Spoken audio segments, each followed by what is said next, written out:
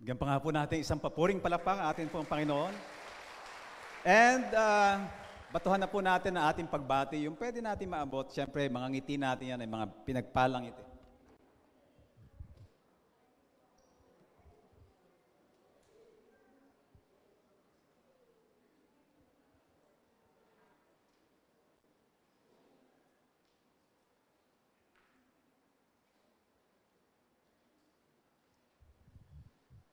Pagsaluhan po natin sa araw na ito ang paksang patungo sa best version. Patungo sa best version ng ating sarili. Kahit anuman ang itsura po natin ngayon, kahit anuman ang timbang natin ngayon, kahit anuman po yung edad natin ngayon, kahit anuman po yung sitwasyon po natin sa buhay po ngayon, do you agree? Naniniwala po ba kayo? Sang-ayon po ba kayo na noon tayo po nasa sinapupunan pa lang ng ating nanay, nasa tiyan tayo ng ating mga ina, ay may inilaan na po na future best version ng Lord sa bawat isa po sa atin? Sang-ayon po kayo? Yes? Sang-ayon din po ba kayo na hindi po lahat ng tao ay nararating o nakakamit ang best version na yan ng kanyang sarili? Hindi po lahat, right? At bakit hindi po nararating ng mga tao? Iba-iba po ang kadahilanan. Isa po, hindi alam o kulang ang alam.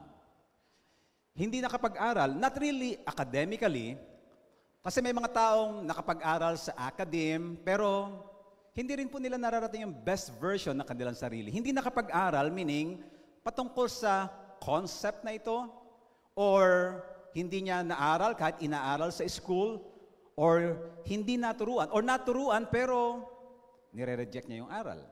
Or hindi nagabayan, o kaya nagabayan pero ayaw magpagabay. Or kulang yung pag-aaral or kulang yung paggabay. Sabi po sa Hosea chapter 4 verse 6, ang aking bayan ay nawawasak dahil sa kakulangan ng kaalaman.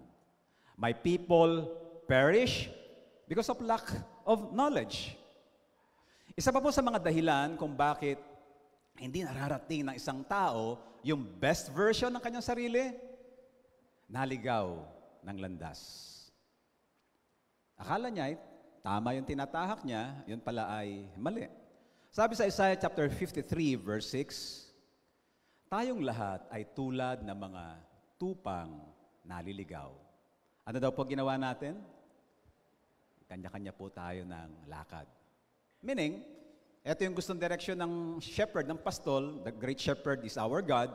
Hindi po nagsunuran ang mga tao doon, diba? Nagkanya-kanya ng lakad. So, in other words, naligaw. At alam po natin yan, naranasan natin yan. And just look around, alam natin maraming tao ang nagkanya-kanya ng lakad, meaning naligaw. So, hindi nangyayari yung desire ng great shepherd, the creator, na best version na nilaan niya sa tao. Kasi nga, hindi naman sumunod, naligaw. Another reason ay limiting beliefs and limiting activities. Marami po yan ay mga paniniwala na naglilimita sa atin, kaya hindi tayo makapag-grow to the best version of ourselves. I realized na isa sa mga reasons kung bakit maraming reasons maraming mga limiting beliefs. Isa na po na nakita kong limiting belief ay yung unworthy tayo sa magagandang bagay. It's strange na marami pa rin mga Christians, marami mga tao na feel nila unworthy sila sa mga best na ino-offer ng buhay. That's another topic na tatalakayin natin sa ating journey na ito throughout year 2023. Ano-ano yung mga limiting beliefs?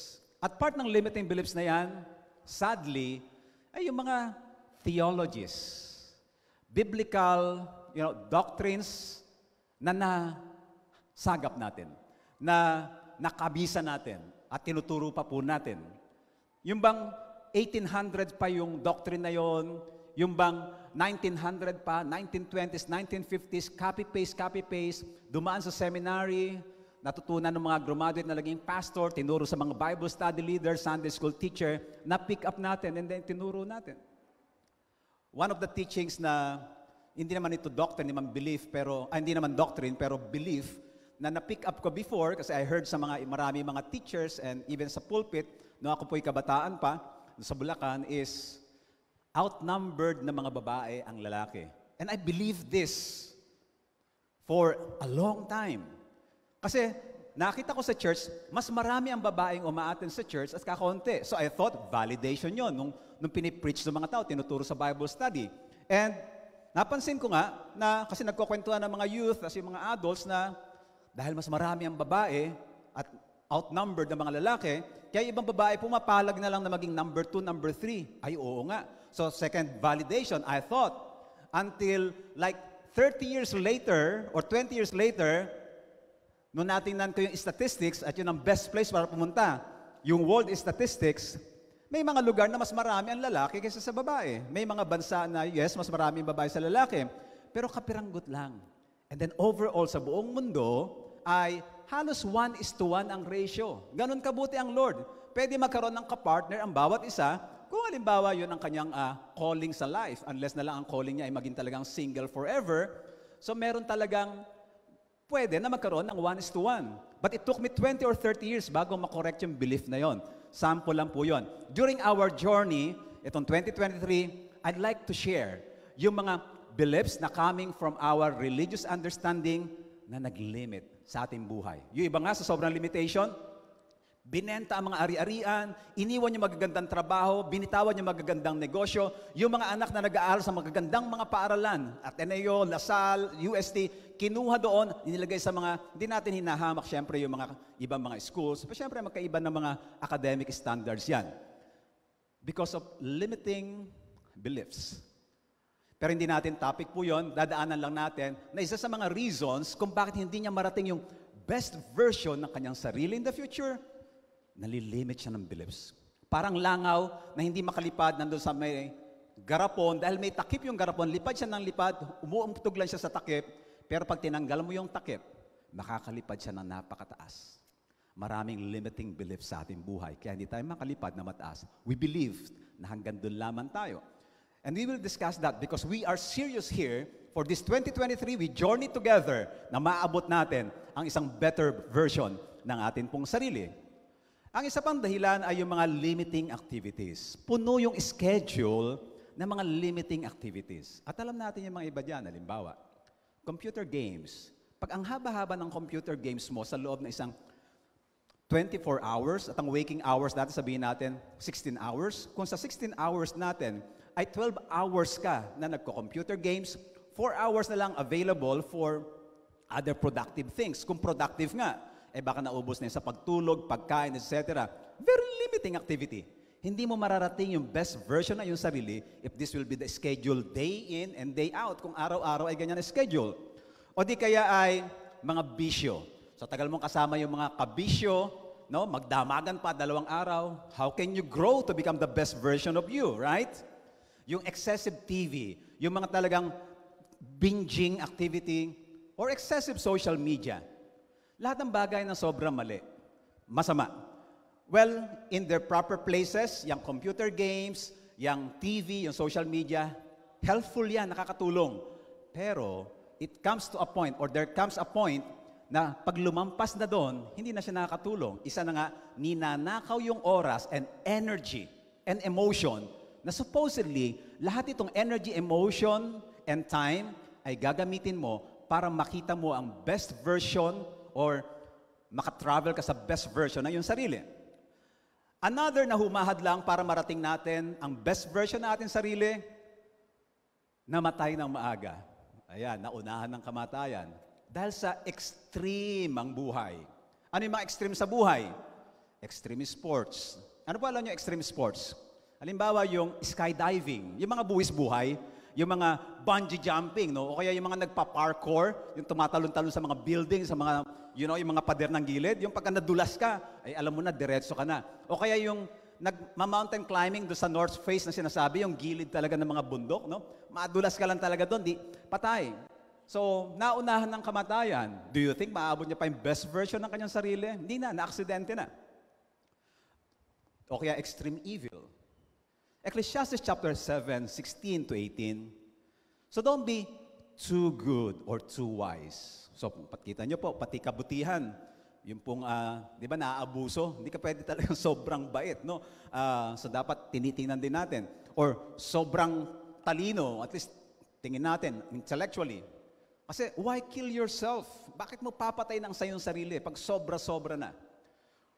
But, on the other hand, don't be too wicked or too foolish.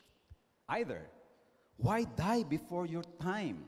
Sabay-sabay po tayo. Ano dapat iwasan? Avoid both extremes. So, iwasan natin yung mga extremes. Why die before your time? So, sinasabi ni Solomon, meron talagang situation na namamatay ang tao na hindi niya pa oras. Di ba pag may mga patay, usong-uso sa mga funeral, sa mga burol, para i-comfort natin na matayan, ay oras niya na no? Oras niya na. Well, it's good, kasi nakaka-console yun. Hindi man natin kailangan kontrahin yun. Pero tayo na nakakaunawa, alam natin na may free will ang tao, at bahagi ng free will ng tao ay yung magiging panahon ng kanyang kamatayan. Alam nga namang, sumali ako sa fraternity, nakipagsaksakan ako sa gang war, frat war, nasaksak ako ng ice pick, tapos nagkaroon ng blood clot, nag-hemorrhage, namatay ako. Alam nga namang, best version of myself noon, i-welcome ako ng Lord sa langit. Welcome, Tony, my good and faithful servant. Ang ganda ng saksakan na ginawa niyo doon. I'm sure hindi matutuwa ang Lord doon. Hindi ko best version yung ganoon, right? O di kaya halimbawa namatay ako halimbawa sa isang sinehan. May kasama akong 3 babae, no? Na kinuha ko sa mga bars. Tapos, sasabihin na, alam nyo, oras niya na talaga yan, no? Kalooban na ng Panginoon. Hindi ko pa oras yun, mali yung aking pinuntahang lugar, no? Alam ka naman, i-welcome ako ng Lord. Welcome, Tony, my good and faithful servant. Ang dami mong babaeng napaibig, 100. Ganun tipo, no? I don't think that's the best version of myself. So, sinasabi natin, naman natin ko kontra, alam mo, hindi totoo na oras-oras siya, may free will ang tao. Yung iba mga tao namamatay, hindi pa nila oras. Sabi nila Solomon yan, nandito na yan. Kasi why? Wala tayo sa linya ng kalooban ng Panginoon. Kailangan pa ba i-memorize yun? Alam mo, pati kamatayan mo, gusto ng Diyos, wala ka nga sa linya ng kalooban ng Lord. Ecclesiastes chapter 7, 16 to 18 sa Tagalog, no? I wonder kung na-copy-paste ko ito rito. Huwag kang lubhang magpakamatuwid, ni huwag kang lubhang magpakapantas. Bakit sisirain mo ang iyong sarili? At huwag ka rin naman magpakasama o magpakamangmang. Dahil baka mamatay ka naman nang wala sa oras. Huwag kang pasobra sa mga bagay na iyon. Dapat balanse lang. Isa po sa mga hadlang kung bakit hindi nararating ang best version of ourselves, may mga hadlang sa paligid. Kagaya halimbawa ng giyera. Ang hirap naman maging best version ng sarili. No? Putukan niya, digmaan, ang tagal-tagal na. No?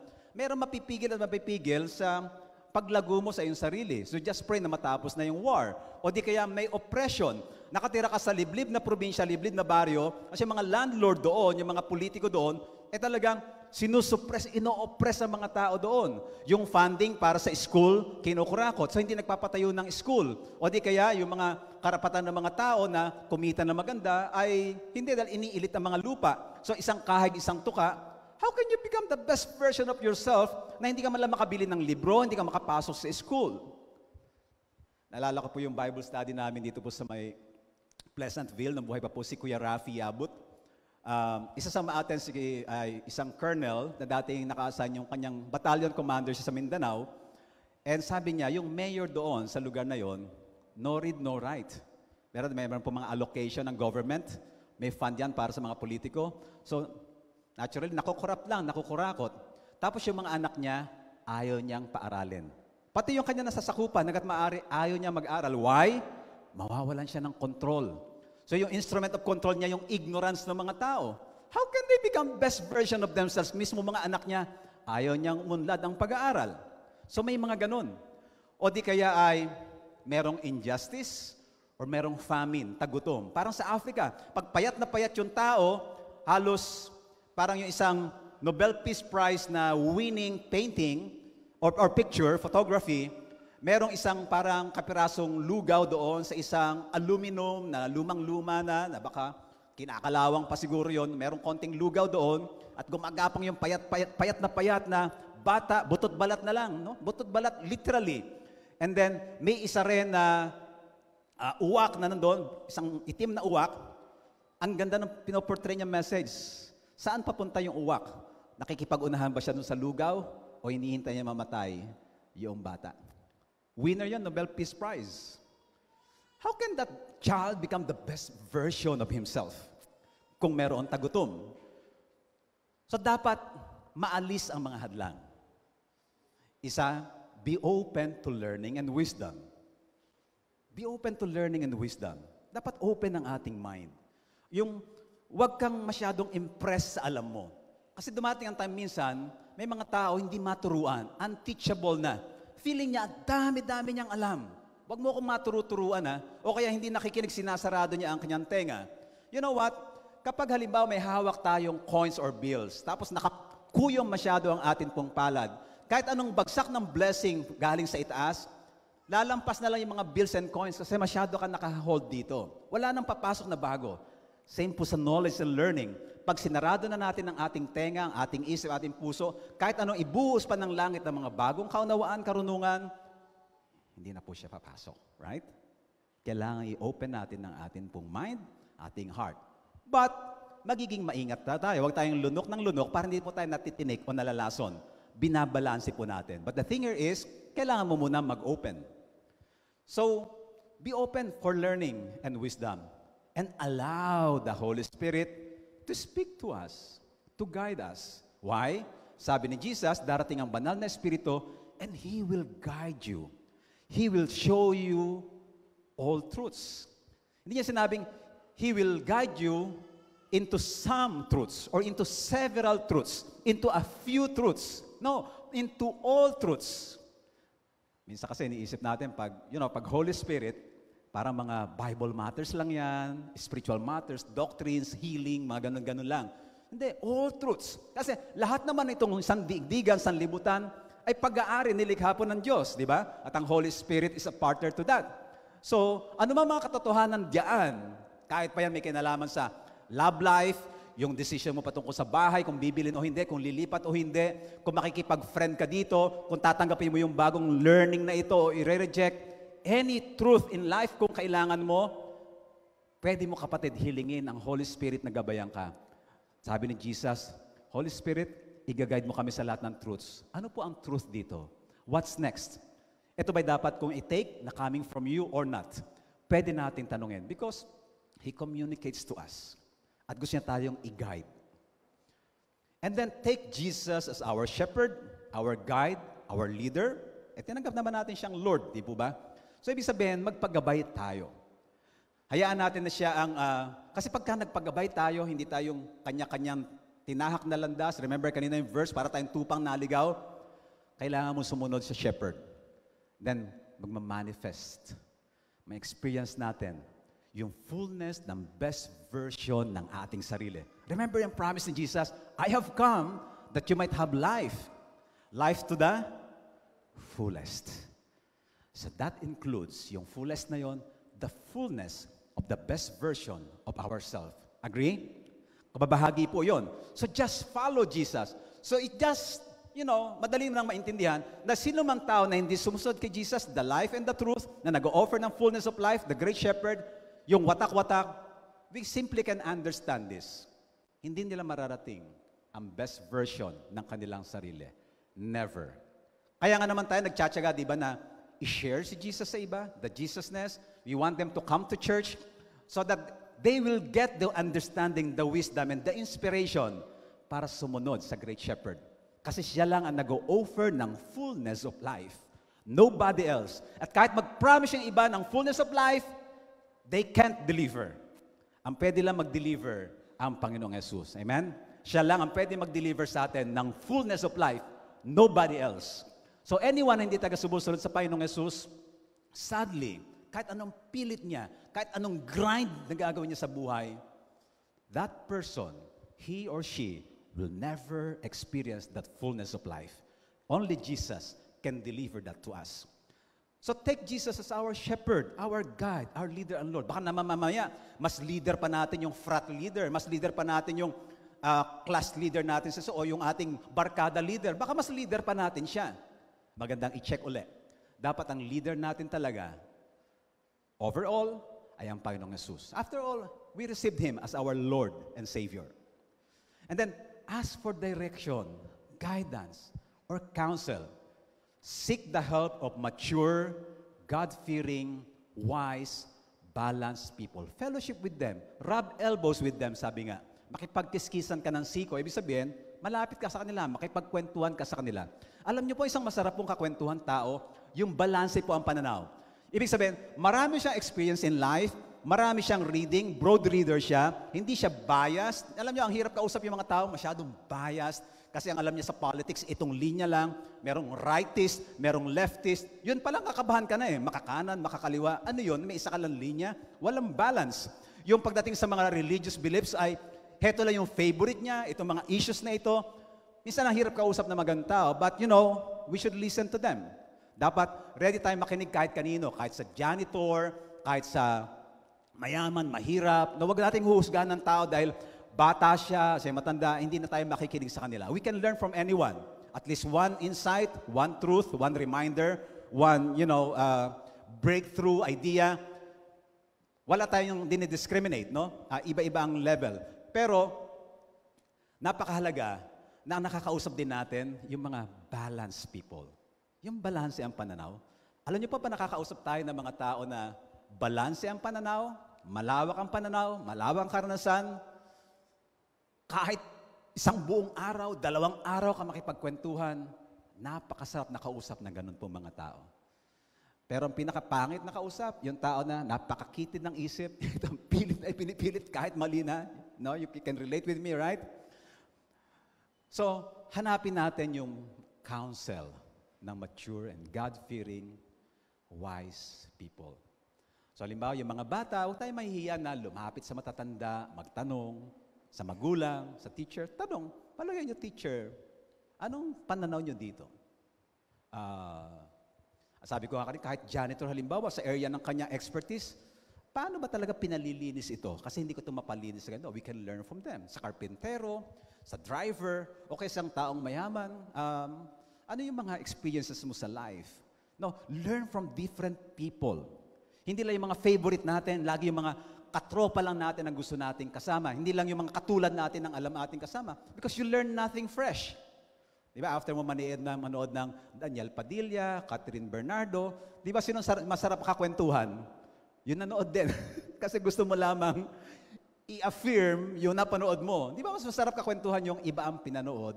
Kasi pag iba pinanood niya, all ears ka lang, makikinig ka lang. Kasi wala kang alam dun And then you learn. Wala namang masama na magkwentuhan yung pareho ang napanood. So in the same manner, maganda, ino-open din ang ating sarili sa mga ganon. Listen to them. And hindi porket bata, hindi na tayo makikinig. Listen to them. Dahil lalo ngayon ang generation, di ba? Nagbabago. Hindi na yung generation same as 10 years ago or 20 years ago. Nalala ko si Paul De Horia, kahilera siya nila, Tony Robbins. Ang dami niyang negosyo, nakabuild na siya ng business empire. At talagang nabuo niya yun from scratch. And then siya talaga billionaire.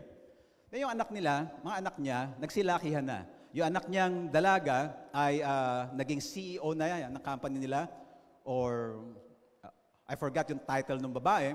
Pero in charge siya sa mga advertising expenses and marketing expenses. One time, pinunan ni Paul yung kanyang anak.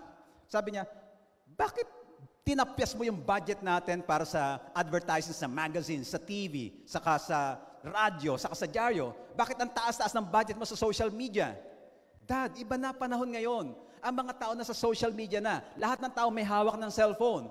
Ano una, kino-question niya yon, hindi siya makapaniwala kasi for a long time, doon na umasenso ang kanilang business. Radyo, TV, magazine, and newspaper. Hindi niya ma-pick up. Pero at the back of his mind, maybe may wisdom yung anak ko. Maybe dapat akong makinig sa kanya.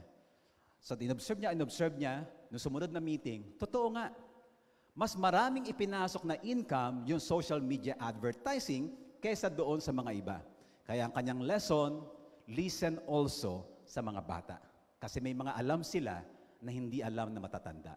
And vice versa, may alam ang matatanda na hindi alam ng mga bata. Kaya yung mga bata, dapat hindi naririndi sa mga pagsisermon, although minsan talaga nakakarindi rin talaga si nanay dahil araw-araw na lang, kaya dapat meron din pacing, di ba? Meron din space. But yes, listen to our parents. Kasi meron silang wisdom na nagain nila through experience. Give and take. Wala kang i-discriminate.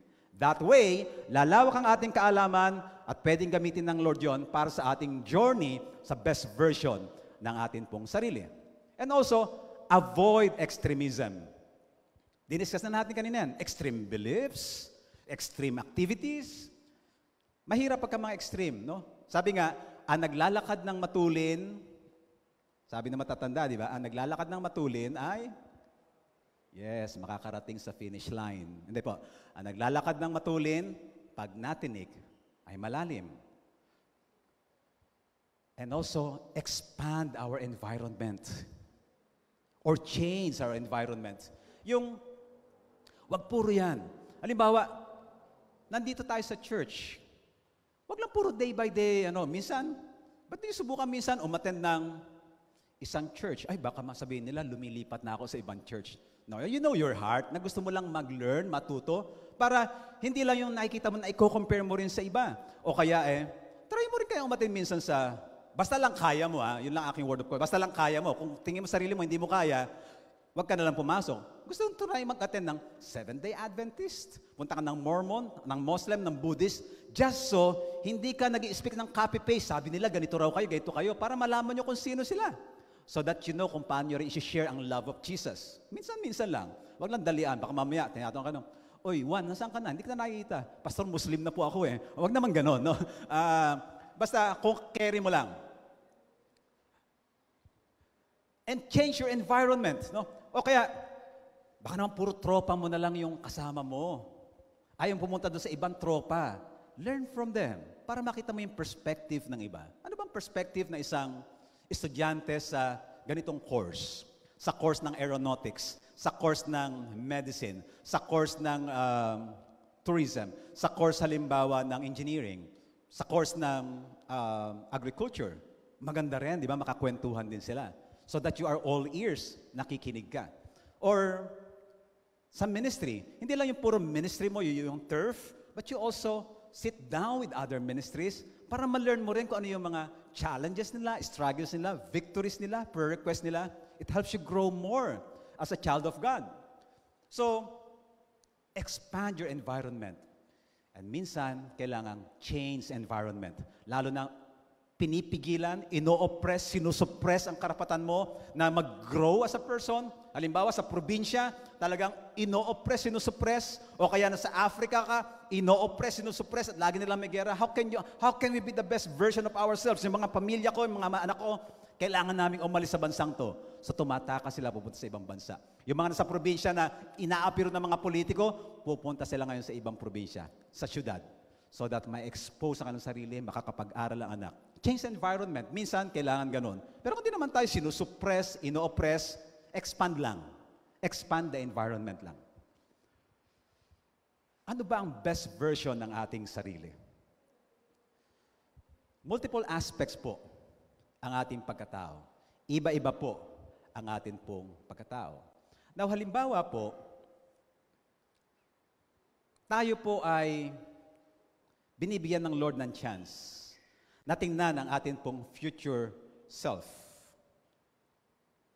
Ano po kaya yung future self na yon? So multiple aspects ng ating pagkatao, pinakasimple pong pag-divide ng kategorya ng ating pong buhay ay the physical life and then the spiritual life. Kasi meron tayong physical body and spiritual body. Yun ang pinakasimple at madaling maintindihan po yon. Pero ang gagawin natin mas detalye, ang ating pong pagkatao ay nadidivide sa emotional, mental, social or relational, financial, vocational o yung ating career, preoccupation or kung tayo yung nasa bahay, husband o housewife, at iba pa mga areas. Now, the best version of ourselves is the best version of each aspect of our personhood. Yung kapag naging best version ka sa emotional area, best version ka sa mental area, best version ka sa financial area, best version ka sa pakikipagkapwa, social area, best version ka dun sa iyong skill, career, or yung ginagawa mo sa bahay. Pag pinagsama-sama po natin lahat yan, yung totality po niyan, ang best version ng ating pong sarili. Agree? So, may mga departments ng ating buhay, may mga sections ng ating buhay na dapat maging best version tayo sa mga areas na yon. Para pag pinagsama-sama natin together, yun yung best version ng ating sarili. Pero ang best version ng ating sarili, tutulay po muna. Tutulay po muna, kasi hindi natin mararating yung best version ng ating sarili hanggat walang tulay. At isa lang po ang tulay. Ang tulay ay yung better version of ourselves. Agree ba kayo bago ka makarating sa best version? Kailangan muna maging better and much better and much, much better. Sa dadaan ka sa better version of yourself. Yun po yung tulay. Wala naman pong iba. Now, ano po kaya ang better version natin for December 2023? Ang sarap po kasi pag dumating yung time ng January 2024, mag-uusap-usap tayo, magkwentuhan pa tayo patungkol sa nangyari sa ating journey towards sa pagiging best version ng ating sarili. Now, here's the thing. Here's the tip para maging maayos po yung best version ng December 2023. Magsimula muna tayo sa final destination. Ano yung dulo? Yun nga, yung best version ng ating sarili. Ano yung dulo ng ating sarili? Pero dapat malaman natin, anong edad ba yun yung nakikita natin na sarili na yun? That should be clear. Kasi without clarity, pag hindi malinaw sa atin, marami magiging malabo sa mga details. So ilang taon ba yun nakikita nating dulo ng ating buhay? Napagkabigyan tayo ng Lord ng option, anak, hanggang kailan mo gustong mabuhay? Okay, imagine natin yun ang question na binabato ng Lord sa atin ngayon. Anak, hanggang ilang taon mo gusto mabuhay? Ako po ang unang sasagot. Gusto ko po, kami po ay kayo mag-asawa, mabuhay kami hanggang 120 years old. Basta malakas pa. And because yun ang pinoproject ko, dapat, before dumating yung age na yon, para kami malakas pa, hindi kami mukhang tuod. Alam niyo yung tuod, yung driftwood, no? Ayaw naman namin ganun, mukhang tuod, nakakaawa ka naman ng ganun. Ayaw naman namin kinakaawaan. Yung bang maganda pa yung muscle structure mo, yung bone structure. So therefore, dapat may pumasok sa science na bagong breakthrough sa science or sa medicine, or sa science, or sa neurology, or whatever, na ano yung mag-i-slow down ng aging? Kasi noong panahon, umaabot na 900 years old. Methuselah, 969. Si Adam and Eve, 800 years old. Pinakahuli na yung bumaba na bumaba. Diba sila Noah, umaabot pa ng mga like 400, 500. Hanggang sa pinakamatanda na, yung sinundan ni Abraham, ay yung tatay niya parang 300 yata, and Abraham 175. And then sina Moses 124, Aaron 124, around that time. So pwede naman yun basta meron lang breakthrough science. And I believe in my heart, pwedeng ibigay ng Lord yon. Ang dami ng mga advances ngayon, no? Sa science, no? Sa history, archaeology, and so many things, no? And bibliology even. So yun, 120 years.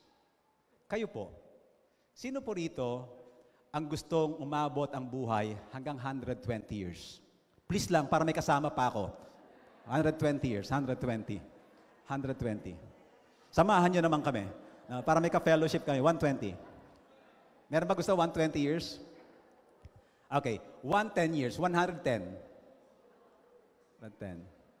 Malakas pa. Wag nyo imagine niyo mga hinang-hina, maganon. Malakas pa, 110. Ayaw 100 years, 100. 100. Kuya Ray, dagdagan natin kan mga 105. Sayang yung 100,000 sa government. Mga 105 para mapakinabangan. 105, okay. 90 years. 90, sino gusto 90 years? Meron 90. Okay. Kasi may mga dahilan kung bakit yan ang gustong haba natin. No?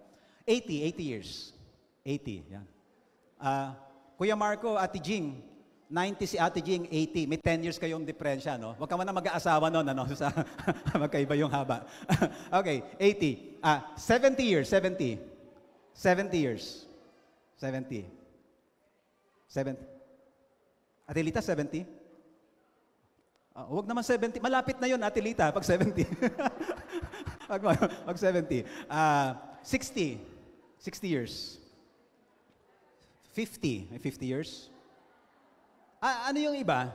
Baka gusto nyo na next year pumanaw, ha? Huwag naman gano'n. You see, what I'm driving at here is very important.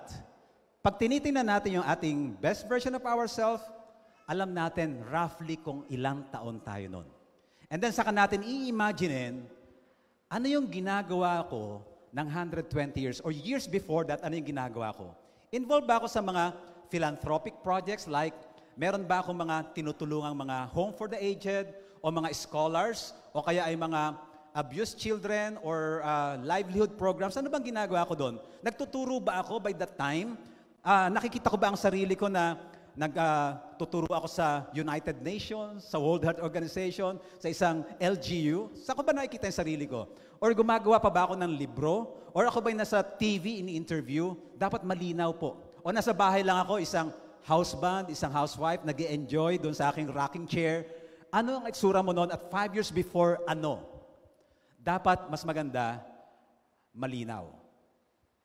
Now, we will go back to that in a little while. Isa sa mga experts sa field ng psychology na gumawa ng mga ilang mga libro at talagang kinikilala ng mga psychologists ay si Abraham Maslow. At nilagay niya yung mga hierarchy of needs. Ibig sabihin, ano yung mga pangangailangan ng tao? Sabi ni Abraham Maslow, ang pinaka-basic need ng tao ay physiological needs. So, pinakauna, no? Tubig, pagkain, yung bubong, no, na nasa ibabaw ng kanyang, kanyang katawan, meaning tirahan, and damit, and then reproduction, meaning yung mga sexual needs, no? Pansin niyo ba, may mga sexual needs sa mga tao. Yan, hangin. Physiological needs, no? Pero very, very basic yan. Huwag tayong manatili po dyan sa mga basic needs na nandyan lahat ng ating energy, time, attention, emotion. Marami pang ibang mga needs ang isang tao. Marami ka pang ibang needs. Ang susunod ay safety needs. Yung secure ka, yung ikaw ay malusog, yung meron ka matatawag mong property, meron kang mga resources, right? Mahalaga yan. Meron pang mas mataas na need po dyan, which is love and belonging. No, somehow, alam din talaga ni Jesus yan. No? Hindi lang somehow, alam talaga ng Panginoon. Yung gusto natin, meron tayong kaibigan. Kaya nga tayo sumasama sa mga tropa-tropa. Yung iba nga, napamali ng tropa kasi naghahanap siya ng belongingness. No? Ni-reject sa church, sumama na lang sa mga kabisyo. So sana pagdating nila sa church, makadama sila ng belongingness. Kaya tuwing meron po mga newcomers na dumarating, mayaman man sila o mahirap, no, matanda o bata, padama natin that they belong here. Pwede po ba yon as a family? Kasi isa yun sa mga needs ng mga tao. Baka the reason kaya siya umatid dito, naghahanap siya ng isang lugar na tatanggapin siya ng walang judgment, na hindi siya huhusgahan sa kanyang itsura, sa kanyang edad, sa laman ng kanyang bulsa, sa kanyang amoy, sa kanyang past, na hindi siya huhusgahan, kundi mamahalin siya. Bibigyan siya ng friendship, ng closeness, kasi gano'n naman si Jesus, and that's Jesusness. May mas mataas pa po dyan na need ng tao, according to Abraham Maslow. Esteem, meaning, yung irerespeto ka ng mga tao, nirerespeto ka ng anak mo, ng magulang mo, ng kapatid, ng katrabaho mo, kapitbahay mo, yung pagkilala at yung pagiging malaya. Mahalaga po sa atin yan. Pero may pinakamataas pa po. Ito po yung ultimate self-actualization. At sabi po sa website na yan, self-actualization is to become the most that one can be. To become the most that one can be. Di ba related yun sa pinag-uusapan natin? The best version of ourselves? To become the most? Really in life, ang mahalaga is to become. Yun pong kayamanan, yung 3D. Alam yung mga 3D-dimensional, yung pera, yung bahay, yung kotse, yung mga hotel, resorts na mga travel, yung 3D, kapatid, secondary lang yan eh. Ang mahalaga sa life, yung to become. Kasi ang yaman mo nga, ang dami mo narating, ang pangit naman na ugali mo, ang anghang ng pagkatao mo. Hindi po yun ang mahalaga sa buhay. Ang mahalaga sa buhay is to become. Naging ano ka? Naging sino ka? Naging loving ka, naging generous ka, naging wise ka, naging compassionate ka, naging grateful ka, naging peaceful ka, naging dynamic ka, naging enthusiastic ka, naging influential ka for the good. You have become the best version of yourself. And then susunod ang pera. Susunod yung mga 3D. At hindi naman imposible ibigay ng Lord sa iyo abundant riches, kagaya kay Job, kagaya kay Abraham, kagaya kay Solomon. Hindi po imposible yon. Dahil Normally, pag maayos naman ang growth po natin, maayos ang pakikipagkapwa, nakikinig tayo sa Lord, alam niyo po, naniniwala po ako from the bottom of my heart, susunod pa po ang iba po mga blessings. With the exception of some. Pero rare ang exception. Sana hindi ka kasama sa exception. But normally, pag okay po ang atin pong journey to the best version of ourselves, dahil napakayaman ng Diyos, hindi niya ikahihirap. Tandaan po natin, hindi ikahihirap ng Diyos na bigyan kanya ng pagpapala. Right? Amen? Tayo lang, meron lang misang pananaw na unworthy po ako, Lord. May conditioning in the past. Tatalakayin po natin yan sa mga susunod po natin mga topics. Ano yung mga reason? Bakit nagpe-pray tayo ng blessing pero hindi dumarating? Isa sa mga reasons, we feel unworthy. Okay lang yan, feel unworthy ka for a while, but not for long. Kasi ginawa ka ng worthy ng Lord kahit makasalanan ka. Right? We've been saved by grace. But again, that's another topic. You need to have a rough, clear vision of yourself in the future. The clearer, the better. Mas malinaw yung nakikita mo in the future, mas maganda. Alam niyo po nakakalungkot, marami po mga tao, hindi nila alam. Tingnan niyo po kung agree kayo sa akin. Maraming mga tao hindi nila alam na meron palang concept na best version of self. Hindi po nila alam. Ako hindi ko po alam in the past na meron palang best version ng aking sarili. Ang alam ko lang, kesera-sera. What will be, will be. Yung parang hayaan ko lang, go with the flow. Sabi nga ng isang kanta, girls just wanna have fun. Just want to have fun. Parang go with the flow, enjoy life. Pero wala siyang malinaw na direksyon. You know what happens pag wala tayong malinaw na picture kung saan tayo pupunta? Para tayong airplane na pumunta po sa Alapaap, pero hindi natin alam kung saan tayo lalanding. At alam niyo po ang gagawin ng isang airplane na hindi alam kung saan siya maglalanding, kung saan siya pupunta? Lilipad lang siya ng lilipad, ikot ng ikot, hanggang maubos ang gasolina, and then hanggang bumagsak na lamang. It's true in life. Pero pag malinaw sa'yo na yung direction mo, yung future mo, best version, halimbawa, para kang pupunta ng Baguio, so halimbawa, at the age of 120 years, parang yun yung aking Baguio, that by this time, nandito ako sa Baguio, nag-e-enjoy, nandun na sa isang malamig na lugar, o nandun sa Mines View, o nandun yung meron papapicture sa kabayo, or wherever. So sa life then, by this time, ganito. So kung pupunta ako ng Baguio, madali ka na ngayon mag-backtrack pabalik hanggang sa year 2023, right?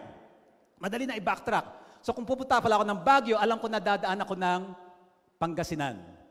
Alam ko na dadaan ako earlier ng Dao. Alam ko dadaan ako earlier ng Santa Rita sa may Bulacan. Alam ko dadaan ako earlier ng Balintawak. Alam ko dadaan ako ng NLEX. Alam ko dadaan ako ng pwedeng Skyway, merong options, or pwede akong SLEX.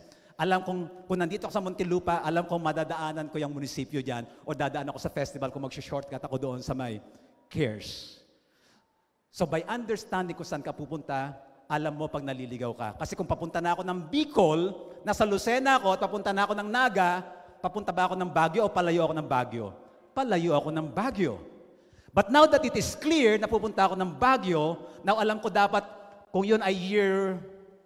Magaling ba kayo sa math? 2023 plus 120. Ay, hindi. Teka. Hindi pala plus 120 kasi 25 years old na ako ngayon plus 100.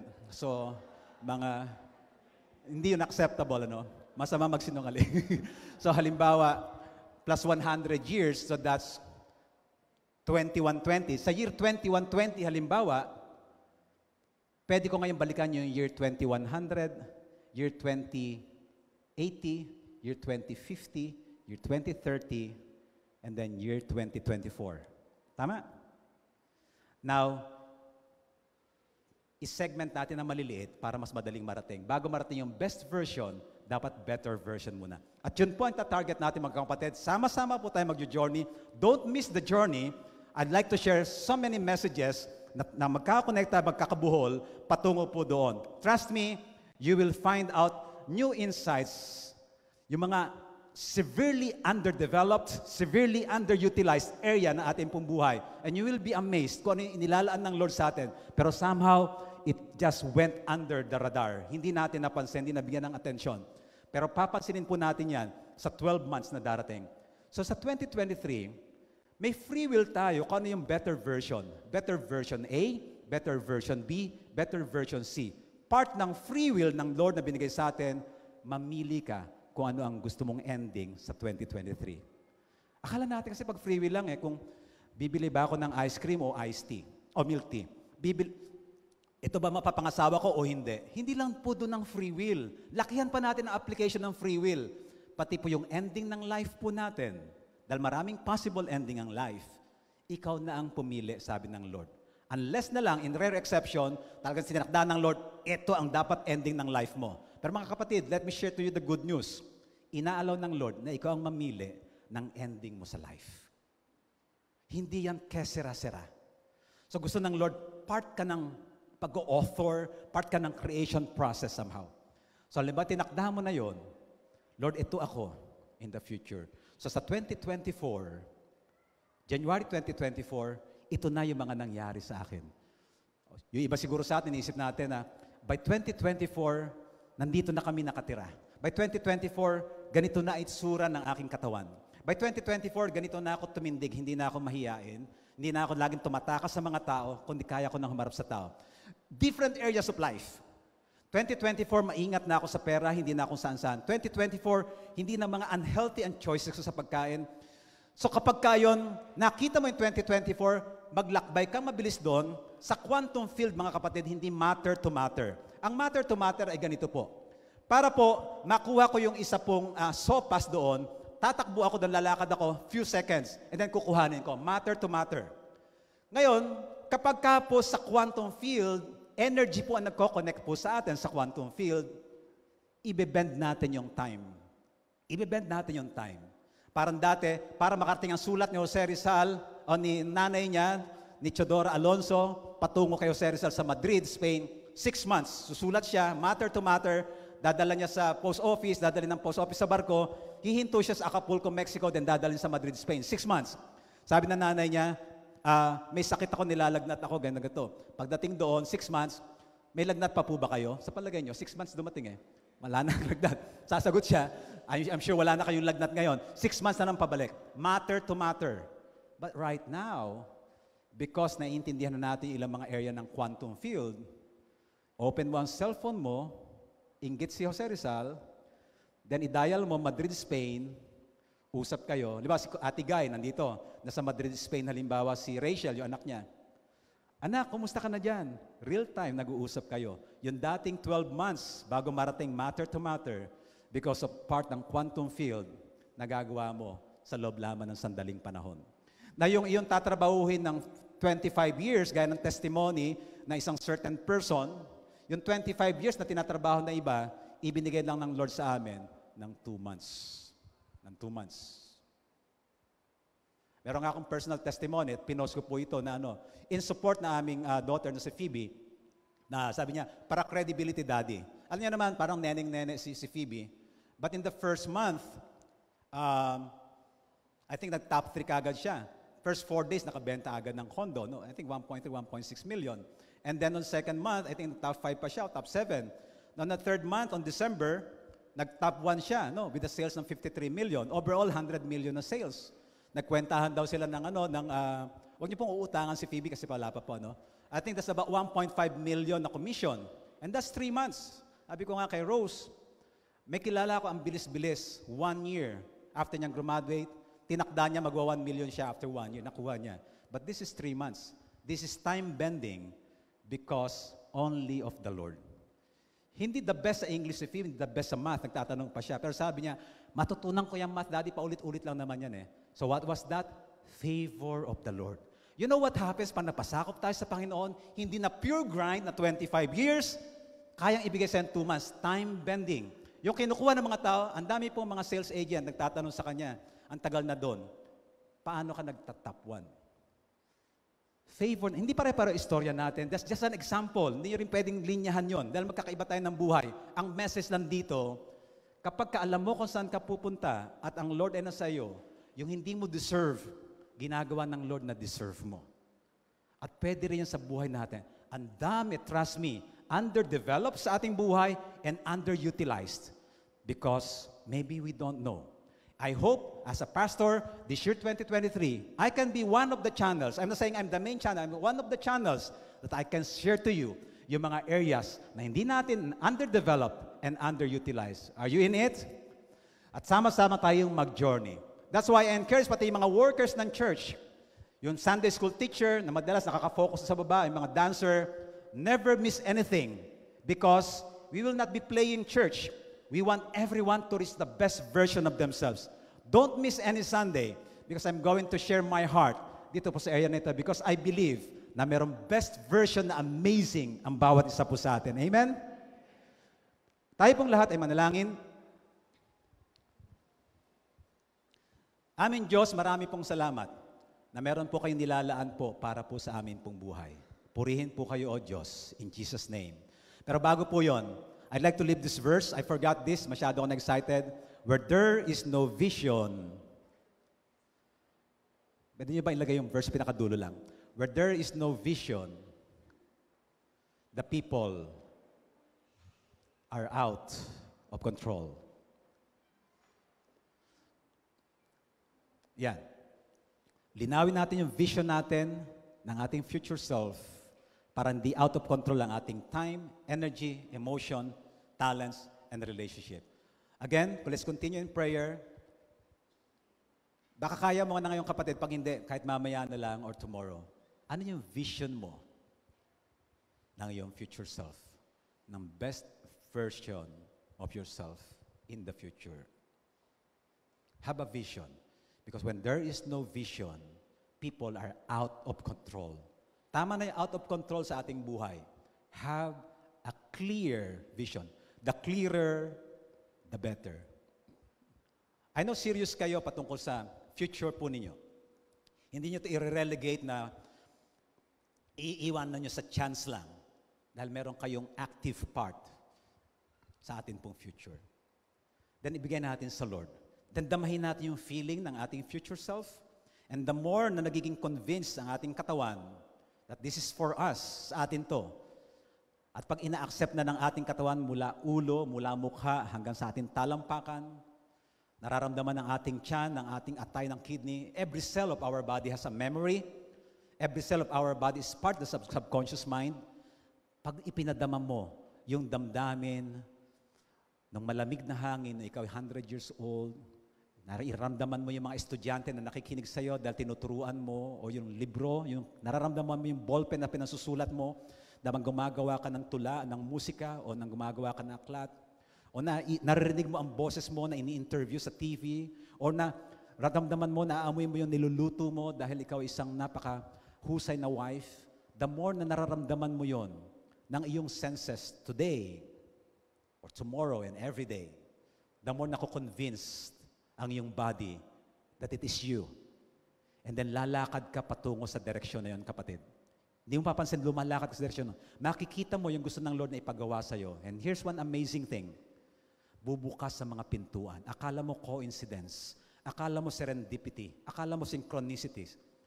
Pero actually, ang Diyos at ang kanyang universe, ino-open niya yung opportunity sa iyo. Because delight yourself in the Lord and He will give you the desires of your heart. At mamamagnetize mo patungo sa buhay mo yung mga tao na same din ang frequency, same din ang vibe sa'yo, same din ang spiritual energy, magmamatch kayo, parang 702 DZAS. Again, delight yourself in the Lord, and He shall give you the desires of your heart. Namnamin natin na mabuti sa ating puso because our future is a very serious destination. Have the vision of the best version of yourself. At ano yung better version sa 2023? Para sa January 2024, magkwentuhan tayo mga kapatid. Kwentuhan tayo. Ano yung mga himala na nangyari? Ano yung mga na-accomplish? Ano yung mga hindi mo ina-expect? Ano yung mga pagpapala ng Lord? Ano yung mga revelation ng Lord? Ano yung mga changes sa buhay mo? Magkwentuhan tayo sa January 2024. But today, take this chance. Lord, ano po ako by the end of December 2023? O Lord, ito na yung nilagay mo sa heart ko. Ito po yung na-envision ko sa 2023. At part ito ng best version ko kapag ako'y 70 years old na, 80, 90, 100, 110, 120. Let's continue in prayer. I will stop speaking. Be alone in the Lord in prayer.